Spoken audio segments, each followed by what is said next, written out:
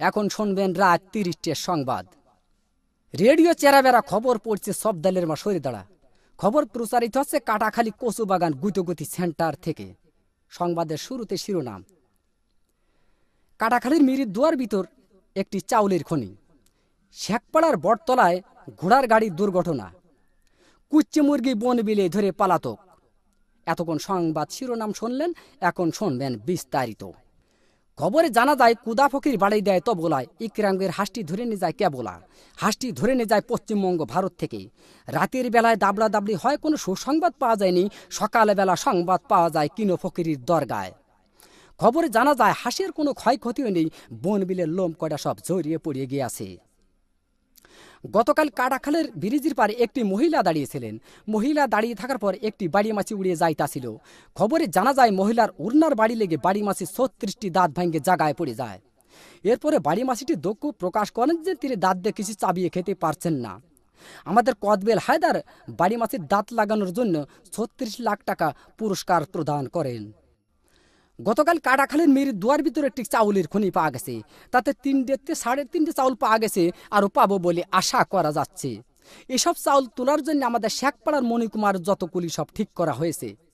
আমাদের আমরা আলী বলেছেন এই চাউল বাংলাদেশে থাকলে পারে বাংলাদেশের অভাব অনটন বেশি পরিমাণ বেড়ে যেতে পারে।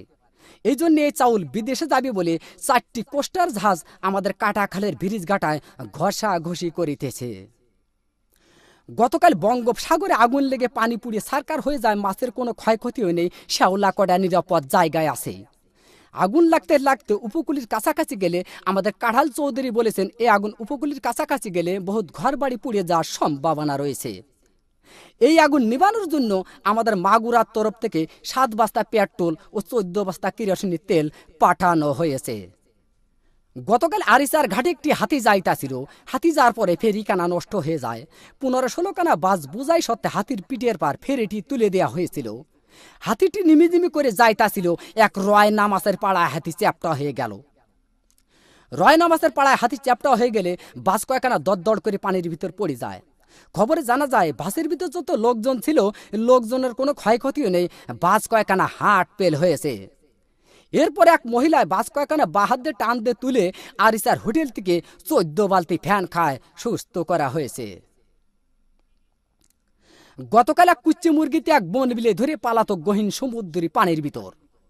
গতকাল ৩৬৬টা ডুবুরি নামায় খোঁজ করা হয়েছে। খবরে জানা যায় বন বিলের কোনো ক্ষয়ক্ষতিও নেই, কুচ্চি মুরগির পেটটি একটু ফুলিও পাওয়া গেছে। আমাদের কাটাখালীর বিন্দু ডাক্তার কুচ্চে মুরগিটি মগির নতুন হাসপাতালে ভর্তি করে কুচ্চে মুরগির পেট অপারেশন করে ৩ মণ ও ৩.৫ মণ চাউল পাওয়া গেছে, আরও পাবো বলে আশা করা যাচ্ছে। বর্তমান বাংলাদেশে মাছের অভাবন্টন বেশি পরিমাণ দেখা যাচ্ছে।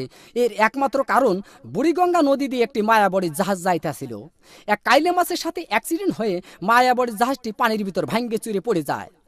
খবরে জানা যায় জাহাজের ভিতর যত মায়াবড়ি ছিল মাছে খাইয়ে মাছের সন্তানাদি বন্ধ হয়ে যাওয়ার কারণে বর্তমান বাংলাদেশে মাছের অভাব অনটন বেশি পরিমাণ দেখা যাচ্ছে।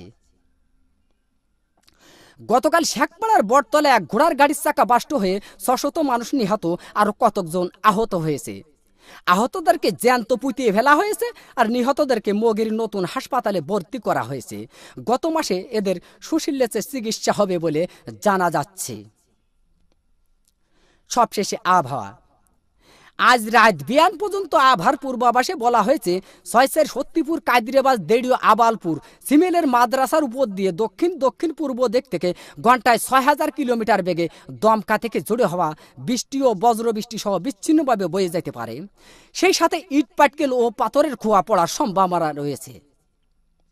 এইসব এলাকার বাস, ট্রাক, মাইক্রো ও কার গাড়িকে ১ নম্বর সতর্কতা সংকেত দেখিয়ে যেতে বলা হয়েছে। আর এইসব এলাকার সাইকেল, বাইসাইকেল, মোটর সাইকেল এবং মকবুলের ঘোড়ার গাড়িকে ঘরের ভিতর বাইন্ধে থুয়ে বসে থাকতে বলা হয়েছে। এই আবহাওয়ার পূর্বাভাস রাত বিয়ান পর্যন্ত বলবৎ থাকিবে।